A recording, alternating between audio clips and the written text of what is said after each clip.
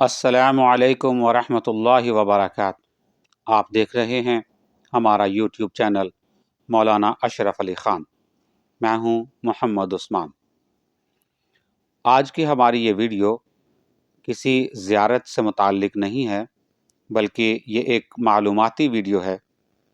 آج کی اس ویڈیو میں ہم جانیں گے حافلات مکہ کے بارے میں۔ حافلات مکہ یعنی مکہ بس سروس۔ سعودی حکومت نے پورے مکہ شہر میں مختلف روٹ پر سرکاری بسیں چلائی ہیں، جن کے ذریعے سے آپ تقریباً پورے مکہ شہر میں بغیر کسی کرائے کے بالکل مفت سفر کر سکتے ہیں۔ کچھ عرصے بعد اس میں ٹکٹ سسٹم شروع ہو جائے گا، جس کی ٹکٹ آپ آن لائن بھی پرچیز کر سکیں گے۔ بہرحال وہ کرایہ بھی انتہائی مناسب ہوگا۔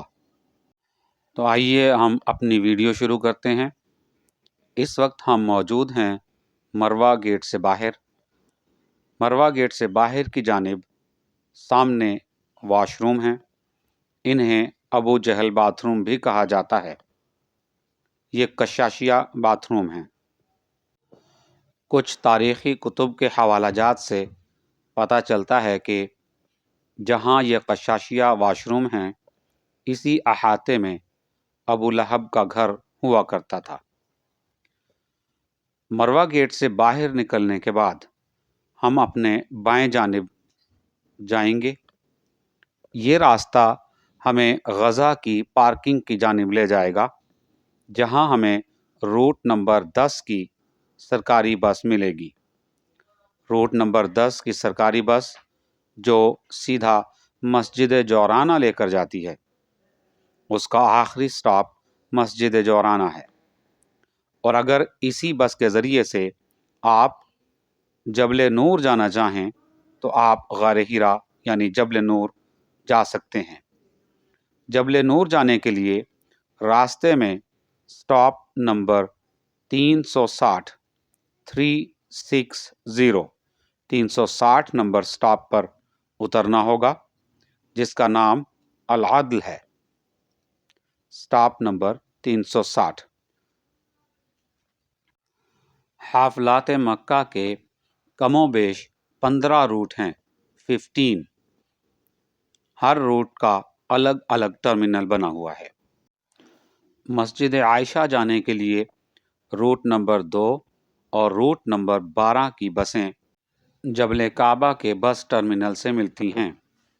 روٹ نمبر 3 کی بس اجیاد سے اور روٹ نمبر 8 کی بس جبل عمر کے پاس ملتی ہے۔ ہمارے دائیں جانب جبل ابی قبیس۔ مروہ گیٹ سے اگر ہم دائیں جانب نکل جائیں تو جبل ابی قبیس کے ساتھ ساتھ چلتے ہوئے بھی ہم اس راستے تک پہنچ جاتے ہیں۔